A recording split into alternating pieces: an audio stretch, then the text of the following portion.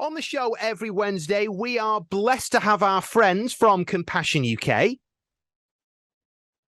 This morning, as it's been for quite a while, we've got Tim Robertson. I made it sound like, as it's been for quite a while, we've got Tim here. I didn't mean it to sound like that at all. I should have sounded a bit more happy, especially because he's broadcasting from his home.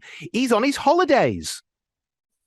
I can't believe it, Gareth. I can't believe I'm actually home on my holidays. That's the thing. I could be in, somewhere sunny and warm, but and not this week.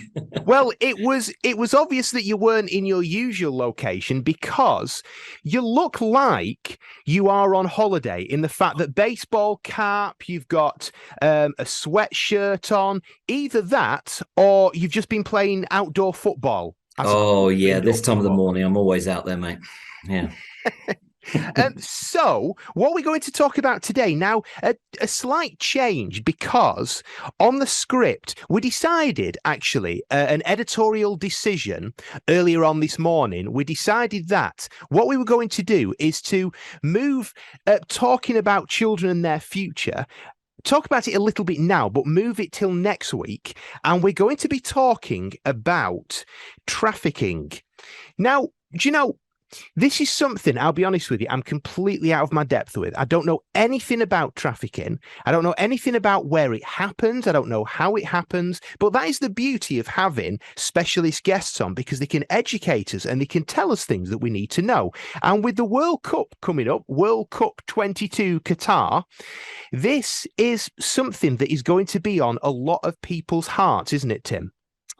Absolutely, Gareth. And thanks for the opportunity to share about this. We're really excited at Compassion to be launching a campaign with our great friends at Tearfund and also International Justice Mission, working together to kind of shine a light on exploitation, on trafficking, on modern day slavery.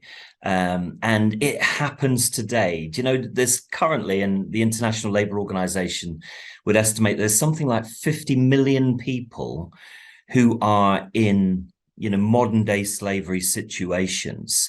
28 million of those are in forced labor.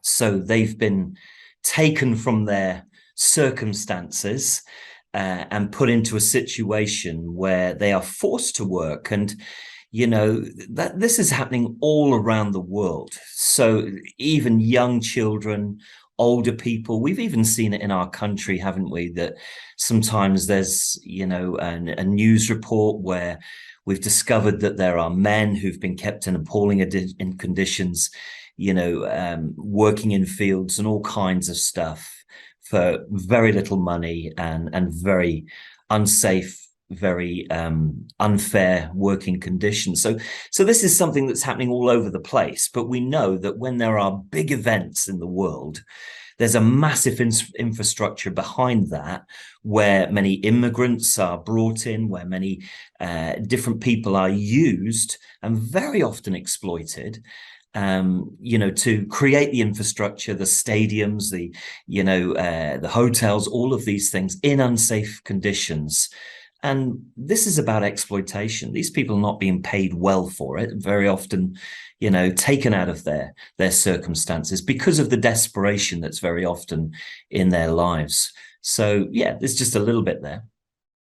And it's a joint venture that Compassion are doing, isn't it, this? Because you're not asking people to boycott the World Cup and say, right, don't watch it, not at all. But maybe it can be treated as an opportunity to sort of think about what's going on.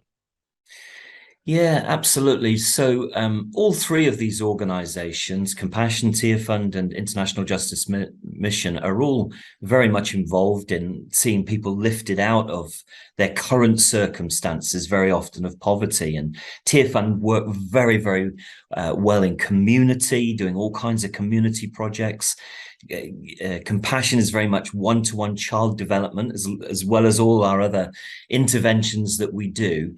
But we recognize how when a person is living in abject poverty, they will do anything to be able to escape that. And sometimes caregivers will sell their children or whatever to traffickers, people taking advantage of the vulnerable and the poor, because there's some quick money to be made there. And when you're really, really hungry, you're going to do anything.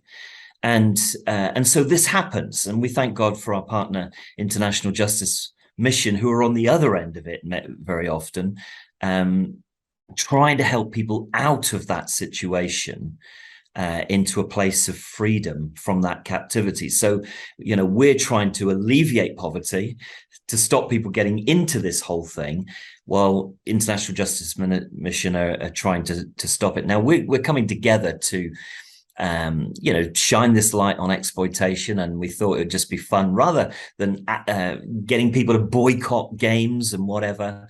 But to hold watch parties, that could be your workplace, it could be in church, a youth group or a social group, whatever it may be, having a watch party. And we're playing on the 21st, the 25th and the 29th, England are, Iran and USA and Wales, I think it is, in that order.